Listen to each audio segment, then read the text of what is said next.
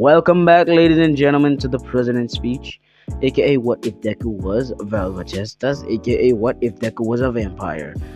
I know I haven't uploaded in like 3 months. Sorry about that, but the reason I'm gone is because like some family stuff happened. I won't go into detail, but yeah, I promise. Well, not promise because you know I still got a biology test to write in like tomorrow. But as for Val, wait, no. Okay, this is a what if suggestion or request I had got from Discord. Profile is going to be up on the picture if I remember to edit it in. But Val Justice is essentially a vampire from the webtoon called The Ordeal. Lucky P, man, Lucky P webtoon. He but he is a vampire with blood manipulation. It's gonna be like more of a basic version, like everything Choso. Like imagine Choso but a vampire, but can make way more but can make blood constructs. I mean, I look. It might take inspiration from Choso too. Like, might give him full and red scale or piercing blood, but with no further ado, let's get into the what if. Snitching on my facts. Back it up, back it up. 223 gon' make a nigga back it up. 21. Tryna strip a nigga, gotta change my outfit. Nigga ain't black enough. Yeah. Boulder Crest Road, Glenwood Road, name a. We start our story off where we see a 4-year-old Deku driving home with his dad Hisashi Midoriya.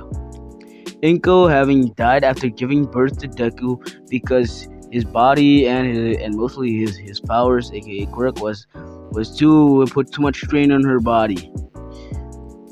But Asashi would essentially blame Deku for the death of Inko. Him constantly saying things like, "It's your fault my wife died. Why were you even born? Why did you live and not her? It's your fault." But saying that stuff to a 4-year-old, would mess them up. So he grew up to be quiet, not to anger his dad. But then we cut back into the car where Deku would still be driving home with his dad. But a detail that I forgot to mention is that Deku was born with a symbol on his forehead similar to the one in the thumbnail. But yeah, that's just editing me here. Now we cut back to the car where all of a sudden everything would just go black.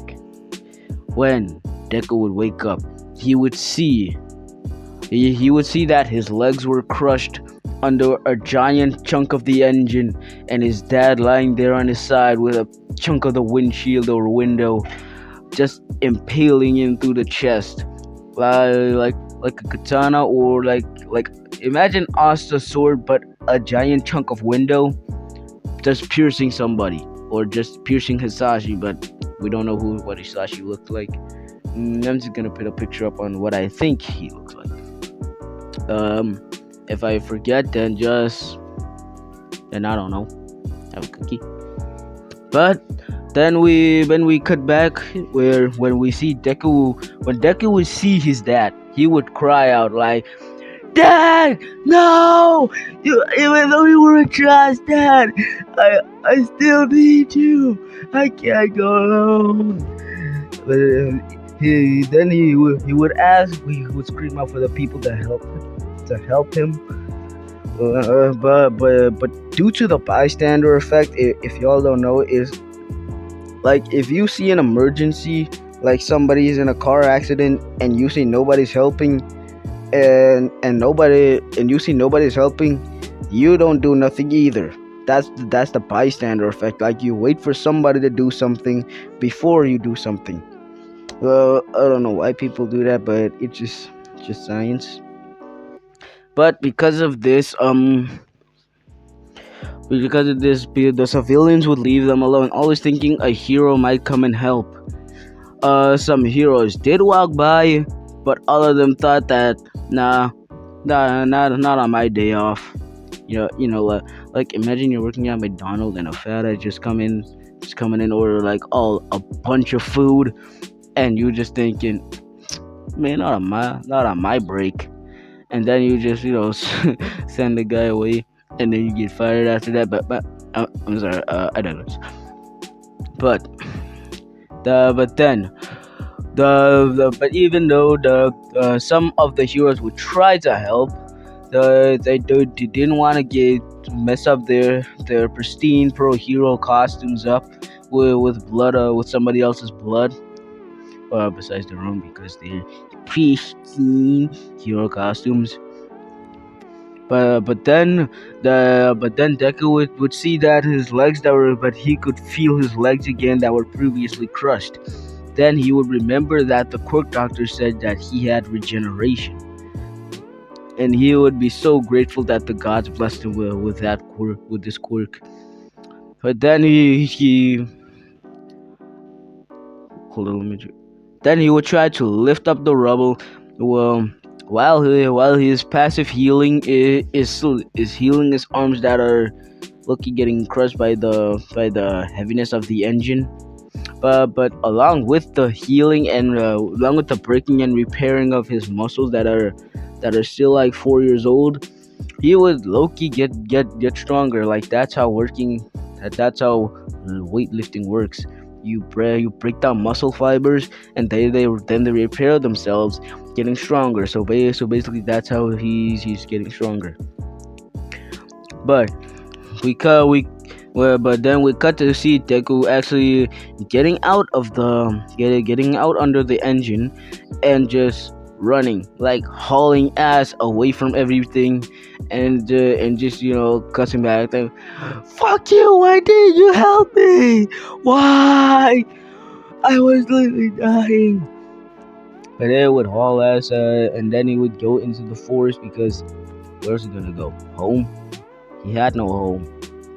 This lad, the only the because rent was due, and Hisashi was going home and going to wait for the landlord to come and collect the payments, to collect the rent money.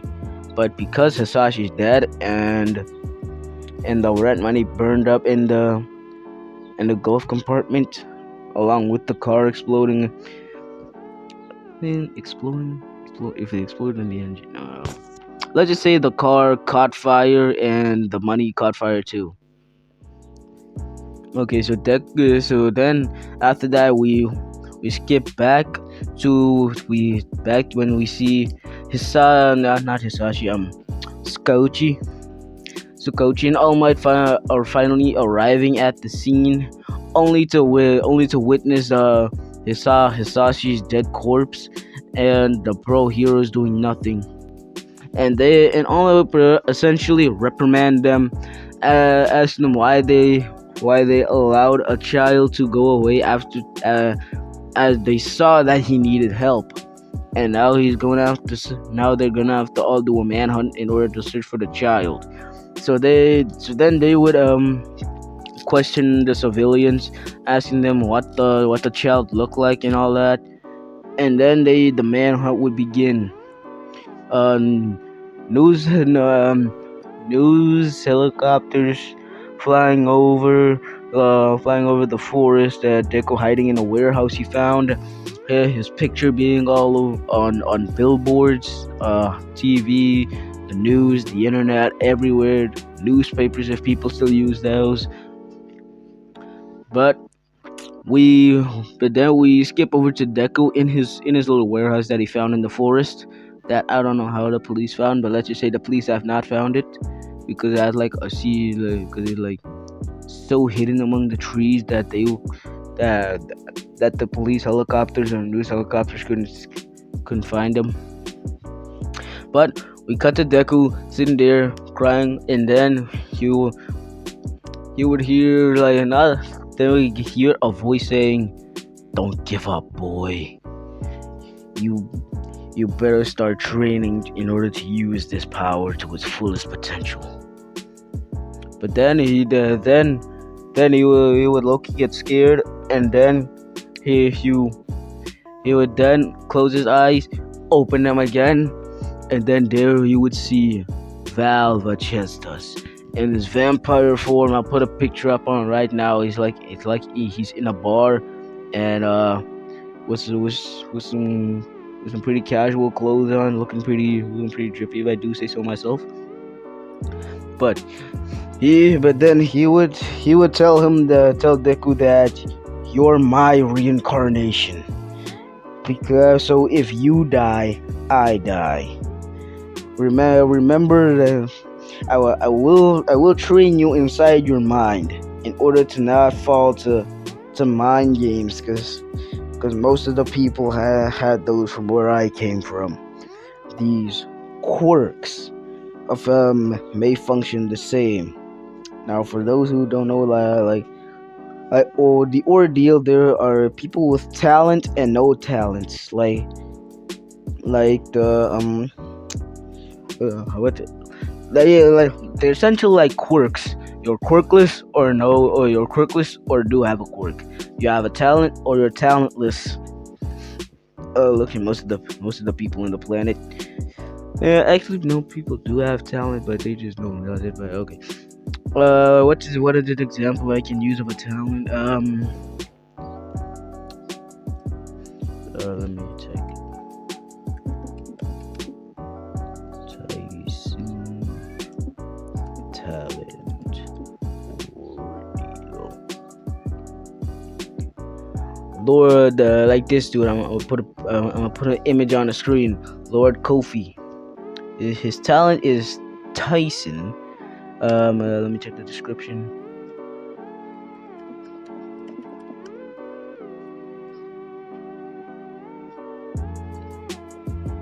Uh, it is a powerful explosive talent in ordeal used by Third Lord Kofi Akan.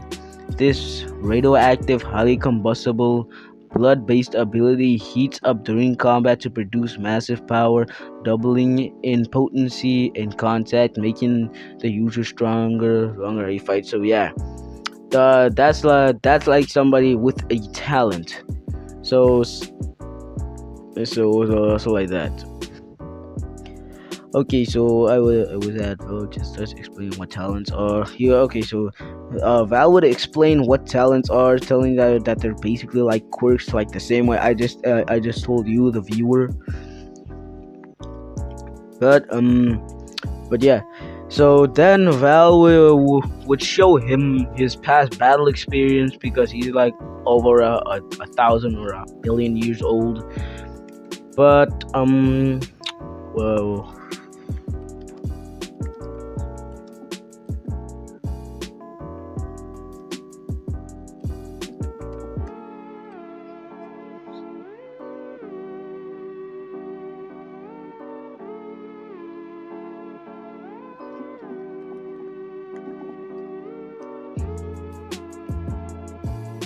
yeah, he's over 1,000 years old. But he would show Deku about how his past battle experiences go, showing like all his signature moves. I'm gonna take Choso's blood bending, not blood bending, piercing blood, flowing red scale. He would show him the four swords technique and how he can forge them or just make them from stone or something. He's gonna or hold it. No, he's gonna show him how he can infuse blood into everyday objects like knives, pickaxes, himself. Um, what else is there? You could show him the blood moon technique, bloodworm stampede. I actually forgot what it is actually called, but I'm just called the bloodworm stampede. But yeah, now we are going to cut over to training Deku after like 2 5 8 months. Yeah, 8 months of training. and we would see him like with the that his hair actually would became black, like in the thumbnail with a white streak. But it's still like the same hairstyle, but just the colors are different. Black with a white streak. Okay, got it. Okay, so now we cover so he's still 4 years old, and so he would use that to his advantage. Going into a local, not local, yeah, local blacksmith store with like a mask, so because his face was on the news, but that was like a couple months ago, but people still remember it. But then he would ask the blacksmith if he is hiring, and the blacksmith would say, "Huh, kid, if you think you can get a job as a blacksmith, then the sun must be green and the sky is red." As if, and then he would be chased out the store. So then Deku would sneak into the back and steal a couple of swords, four katanas to be exact. Four katanas, yeah. And he would show, and then he would run off with them. The butcher chasing him, but then he would just leave let him run off because he knew those swords were worthless because he forged them incorrectly. Yeah, because those were failed. But we continue on forward. To we see Deku in the forest in his warehouse, where he would infuse them with his blood after trying, because that's what he was practicing on the most, blood infusion.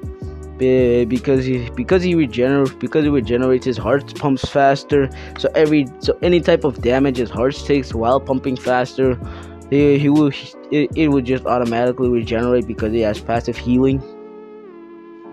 But what else? What else? Okay, so after they would infuse, I'm gonna put another picture up on screen of what they look like. Yeah, they would look like that, and he would first try to focus on using one because that's what Val told him. But I'm gonna I'm gonna use Val as like the avatar state. Like think of Aang and Roku. Yeah, Aang only called on Roku when he asked when he needed to, like in like the what example can I use them? Like in Sozin's, not Sozin's comet. Well, on the giant lion turtle's back, he called on the past avatars like Roku, Kyoshi, Kurak, Yang Chen. Yeah, like that. He's going to call on Val whenever it's needed. But for now, Val is like his personal trainer. So he's like in his mind to seeing through Deku's eyes that how he can improve, how he can make these better, how he can make that better. Yeah. Now we skip to when Deku was like 14. Yeah, 15. Let's skip to when he's 15. 15, Deku would have stolen like a vampire cloak similar to the one in the thumbnail. Not exactly, but similar, And then he would be on a rooftop, and then he would ask Val. He won't ask Val because then he would sense, looking for any crime that was near. And then once when he sensed like a couple of thugs were about to rob a villain, and he's like on top of a building, he would jump down, grabbing two of his sword that he put on sheaths, like two sheaths on each side. Yeah, he would grab two, like four sheaths on each side. He would grab two, and then just start going to town. He would slice and dice, and then he would turn them into minced meat, and then he would put them back and just go away. Well, not like walk away. He would like go into the shadows, and then people won't see him. The Because of this, he would gain the nickname the Shadow. He would be a vigilante, sometimes even killing heroes if he found them corrupt. Like you would find like Mount Lady. He would find her corrupt, but he would never get the chance to actually kill her because she doesn't really go out at night. I don't know why, but she does. Okay. Now we skip over to like uh skip over to later that night when Deku was just aura farming on a rooftop, looking down at the city, sensing for another crime or a corrupt hero. He would he would then be approached by Tomura Shigaraki after Kurogiri opened the portal. He would ask, "What do you want?" Then Shigaraki would say, "Ah, if it isn't the Shadow, the one responsible for killing pro heroes and villains alike. How's to say you and me team up?" "What kind of team up?" "Oh, taking down a couple of heroes uh, like like one. Hold up, let me. We go taking down a couple of heroes. No deal. But what if you get to fight All Might? Because of the sources I've gathered, it said that here you want to face All Might because you believe that that him being here made the newer heroes corrupt, thinking that you could handle them while they just sit back doing almost nothing and gaining credit. And what is to say that was correct?" "Well, then you can join and I will give you the chance to fight All Might. But this attack will happen 10 months from now. As long as I and only I get to fight All Might. Nobody else. Got it?" Yes, we know. Yes, we know. But until then, you better hold up your end of the deal." Then after that, Shigaraki and Kurogiri would leave, closing the portal behind them. Then Deku would think, "Psst, jackass." But then we skip to 10 months of Deku just continue doing his vigilante work, and I saw almost finding him, but then it would just escape into the shadows. Then, while he was resting during the day. Well, yeah, during the day, a portal would open in the warehouse he was still in because I have no idea how they still didn't find him, but they didn't. So, yeah. But Kurogiri's portal would open. Shigaraki would step out, and Deku would instantly know because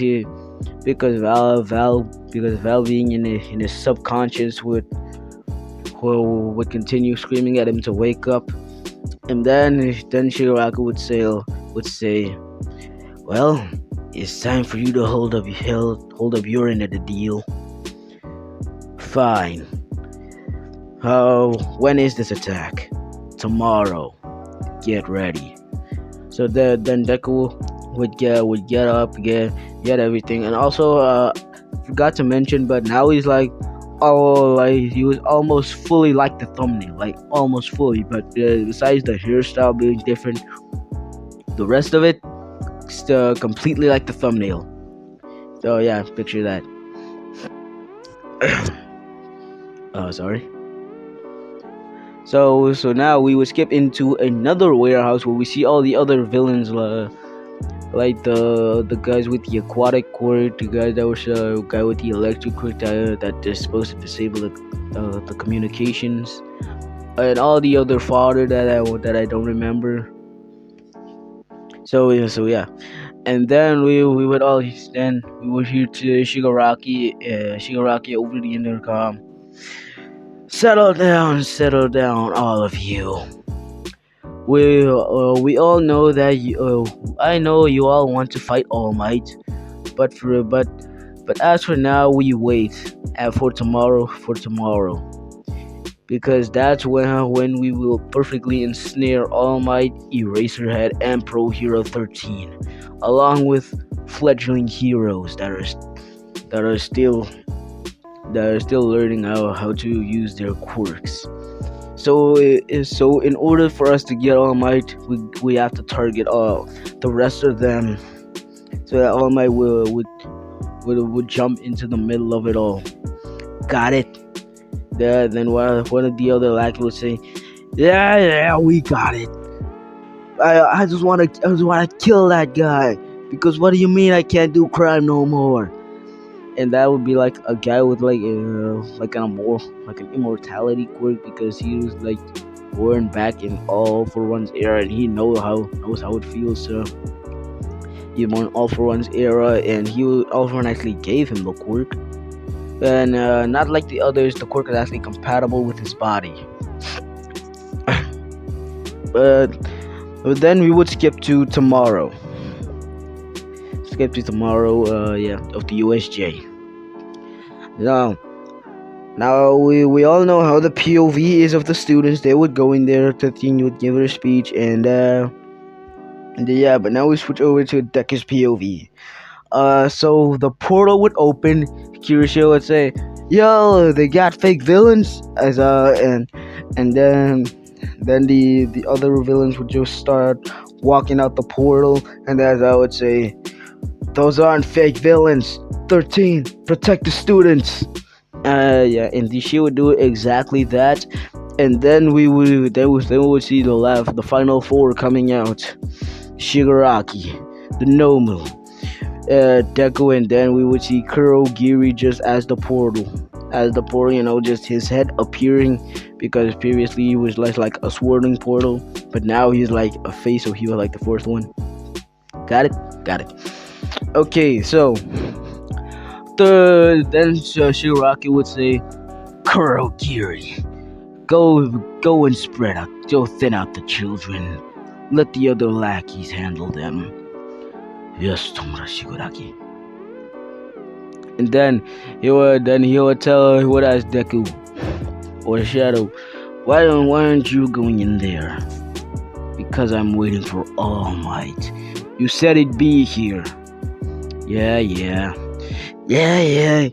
We got a couple of complications, because on the brochure we stole, the brochure on the schedule we stole, it said that All Might should be here. So if he's not going to be here in the next 5 minutes, well, we're just gonna have to start slaughtering kids. Fine, then you guys can do that. I'm just gonna sit back here and wait for All Might, big buff idiot. And yeah, the rest of the things would happen, like without Deku. Suyu and Mineta would almost die, until Suyu would use like the mucus and like the mucus thing in order to like burn some villains, and Mineta would like use Papa, and the villain not knowing, I think it was just some normal balls would step on them, not thinking anything, and get stuck. But some of them, actually seeing that the others did get stuck, would avoid those at all cost, and they would close in. And then what else? Should I let them die? Should I not let them die? I hate Mineta, but I love Suyu. Yeah, I'm just gonna let them both die. Why not? So yeah, they're both dead, because without Deku that actually changes. Over at the squall zone, where the rainfall and everything, the tail bum and Tokoyami, second favorite character, goated, very underrated. But yeah, they would be holding their own, tail bum actually being useful like in the anime, and Tokoyami being the most useful with Dark Shadow, because it's Thus the rain and thunder zone is more dark than all the others. Then in the building we would see the Bakugo and Kirishima have cleared out the villains, and Bakugo would still do poor chameleon man like he did in the anime. At the mountain region, things would go the same, and up top we would see they still have the same plan, and yeah, they actually complete the plan. So yeah, Ida escapes. Kurogiri comes back, tells Shigaraki that they escaped. Yeah, and then while all of that would happen, Shigaraki would get bored and say, "Hmm, Nomu, kill Aizawa." Then the Nomu would screech and just straight up speed blitz Aizawa, staring down at him like he did in the anime, and just with one swipe, nearly take off Aizawa's head. Only the glasses falling off. And then Shigaraki would charge in and trying to touch Aizawa, but Aizawa would block with his elbow. But then his quirk would kick in, and they would say, "Aizawa, I finally know how your quirk works. When your hair rises, you're using it. When your hair falls, it's deactivated. So at this current moment, you blinked. So you didn't cancel my quirk." And then as I would feel a sharp pain going through his elbow, and then he would kick Shigaraki away, and then he would see that his elbow started getting decayed. And then the Nomu would come in from behind and just deliver one of them the meanest right hooks to Aizawa's back, and just sending him flying to the wall. And then after 2 more minutes of this horror, this gore fest, straight up traumatizing the students, All Might would finally arrive. "Fear not, students, because I am here." And then he would speed blitz the rest of the villains, punching the Nomo away, and just and then pick up Aizawa, and then get him to the top of the stairs. The Nomu trying to rush back at him, but All Might being so fast, he would put down Aizawa, and then he would reverse the Nomu and just punch him back down to the ground. And then he would jump back down, um, taking off his sweater vest and revealing those gorgeous abs and pectoral muscles. I'm not gay, I promise. And then the fight would ensue. The fight like in the original, Deku not waiting for the other star, not even waiting for them to finish their fight, until he would walk up and straight up kill the Nomu, she unsheathing one of his swords and straight up decapitating it and stomping on his brain. So I would say, hey, what? Why'd you do that for? That thing was made to kill All Might. I was promised a fight with All Might, and I'm getting it. So fuck off, you. Hold up, gotta be right back. Okay, my grandpa just came back, so I'm gonna record the next part tomorrow. Okay, bye later.